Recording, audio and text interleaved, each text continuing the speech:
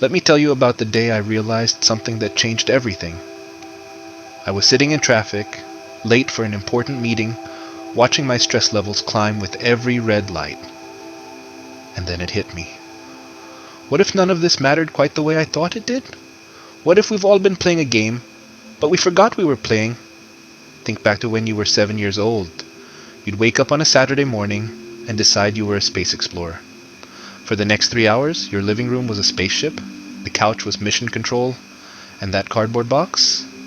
That was your vessel to Mars. You were completely committed to the role. You believed it with everything you had. But the moment your mom called you for lunch, you dropped it. Just like that. You didn't have an existential crisis about no longer being an astronaut. You didn't cling to the identity.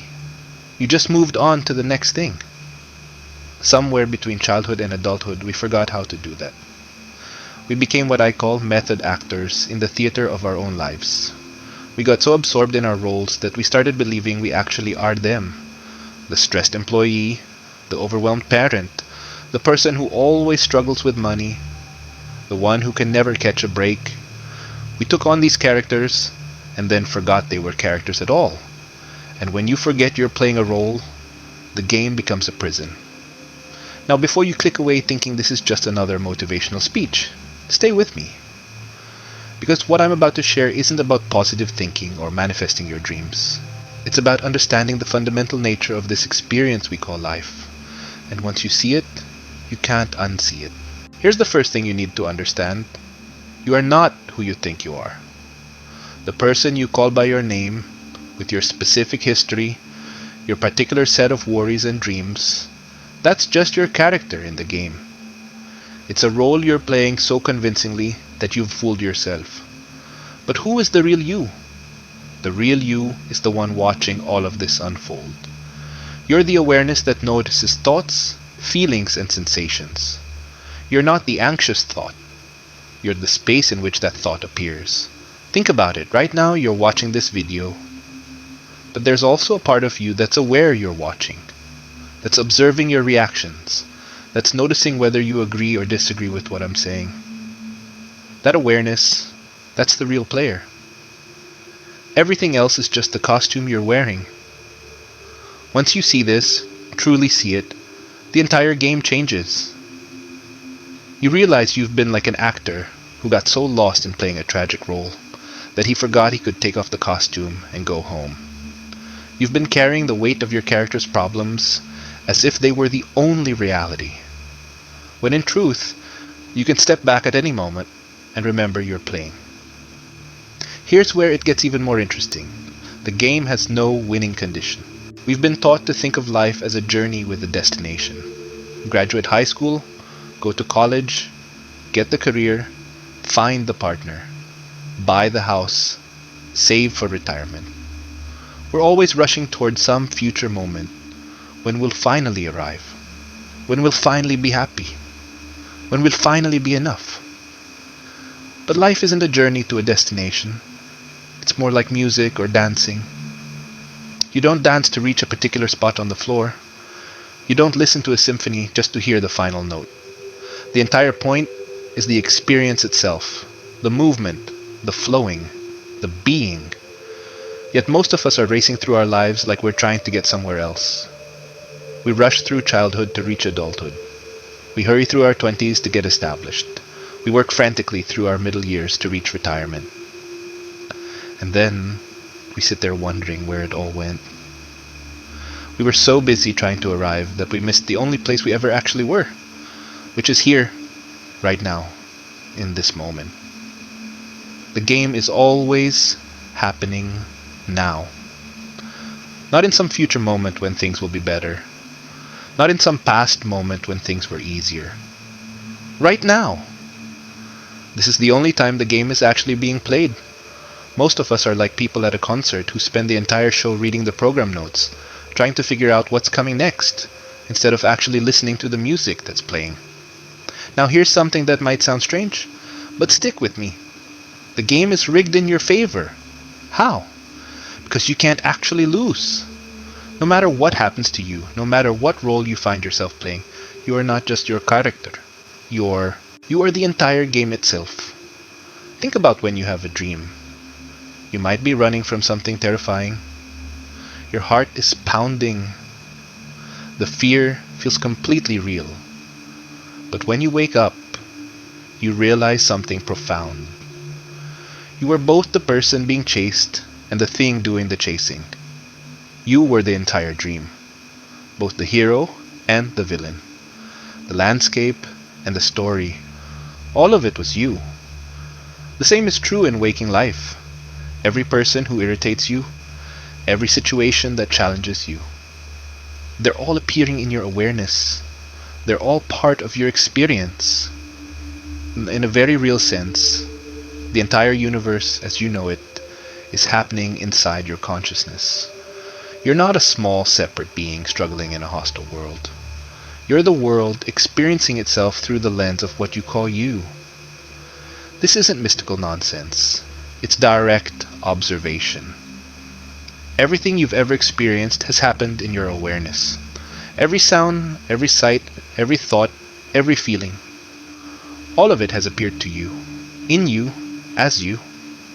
Once you get this joke, and it is a cosmic joke of the highest order, everything changes.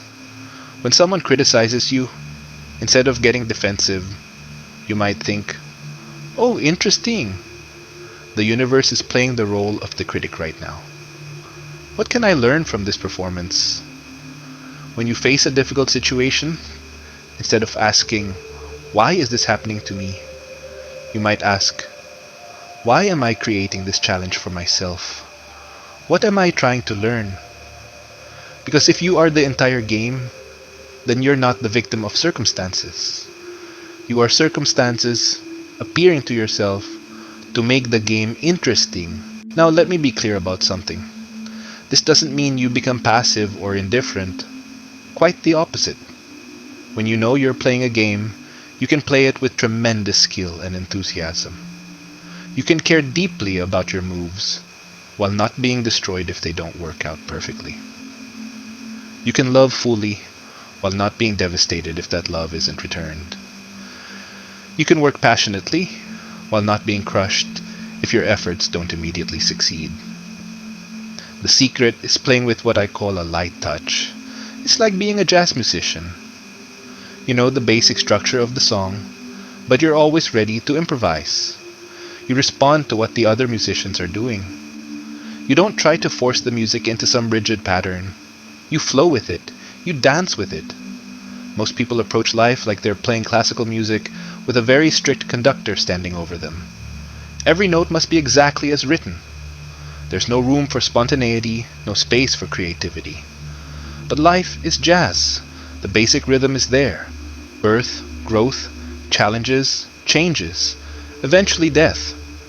But within that rhythm, infinite possibilities exist for improvisation. Here's one of the most liberating rules of the game. You don't have to be consistent. You are under no obligation to be the same person you were 5 minutes ago. The character you've been playing, with all its limitations and problems, is not a permanent fixture. It's more like clothing. You can change it. We spend enormous energy defending our self-image, protecting our reputation, making sure we stay consistent with who we think we are. But what if you could be anyone you choose to be in each moment? What if instead of being trapped by your past, you could reinvent yourself constantly? Children do this naturally. One moment they're a princess, the next they're a dragon, and then they're a race car driver. They don't worry about consistency. They don't think, "But wait, yesterday I was a princess, so I can't be a dragon today." They just play. And here's something beautiful. Every person you meet is you wearing a different mask. That colleague who annoys you, that relative who pushes your buttons, that stranger who smiled at you on the street. They're all you exploring what it's like to be different characters in this grand drama. When you see this, compassion arises naturally. Not the condescending kind that looks down on others, but the recognition that we're all in this together, all playing parts in the same cosmic theater. On the surface, obviously, people are different. Different personalities, different backgrounds, different ways of playing. But at the deepest level, the awareness looking out through their eyes is the same awareness looking out through yours. We're all windows in the same house, each with a different view, but all part of the same structure. Now let's talk about the hardest part of the game. How do you deal with suffering? Here's the key distinction.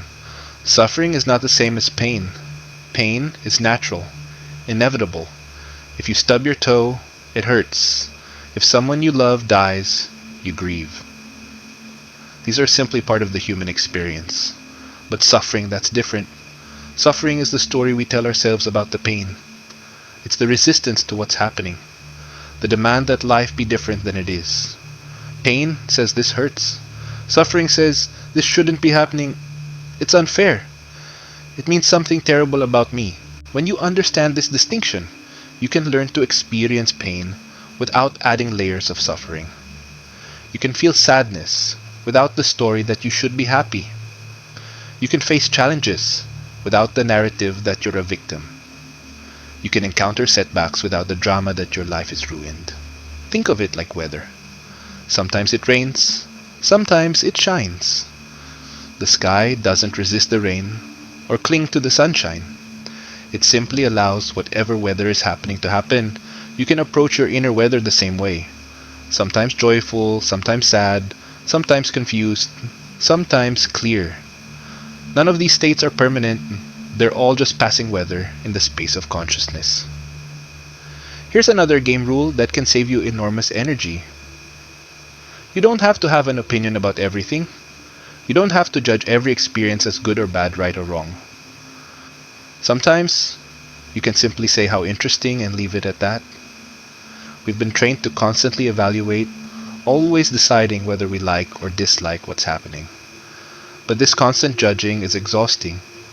Sometimes you can just watch, just experience, just be present, without needing to have a position about it.